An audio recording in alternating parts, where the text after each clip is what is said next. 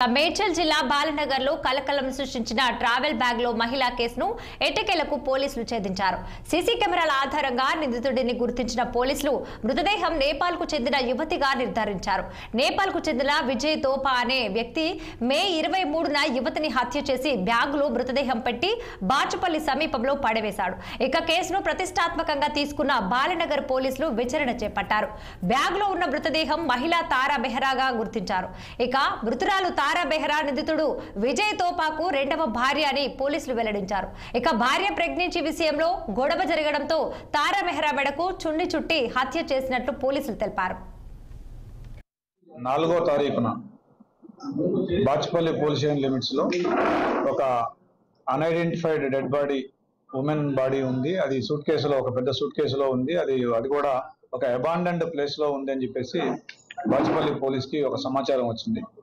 ఆ సమాచారం మేరకు ఇమ్మీడియట్ గా inspector Bachupally, ACP Kukatpally, myself and my additional ACP అందరం కూడా సీన్ విజిట్ చేసి local SOT team and crimes team కూడా అందరూ కూడా వచ్చి ఆ సీన్ విజిట్ చేయడం జరిగింది. దాంట్లో మాకు తెలిసిన ఏంటంటే ఆ సీన్ విజిట్ చేసిన తర్వాత ఒక 25 to 30 years ఏజ్ ఉన్న మహిళ డెడ్ బాడీ ఉండేది. ఆ దాదాపుగా ఒక 10 days అయినట్టుగా అనిపించింది. ఆ బాడీ ఊసిపోయిన విధానం కానీ, పిట్టిఫై అయిన విధానం కానీ అవన్నీ చూస్తే.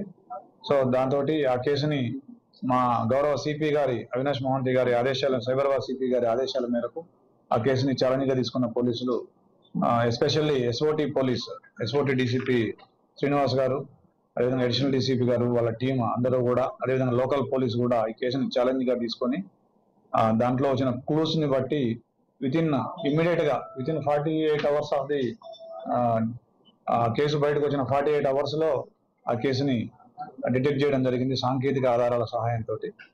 దీని ప్రకారం మనకు తెలిసిన అనకాపల్లి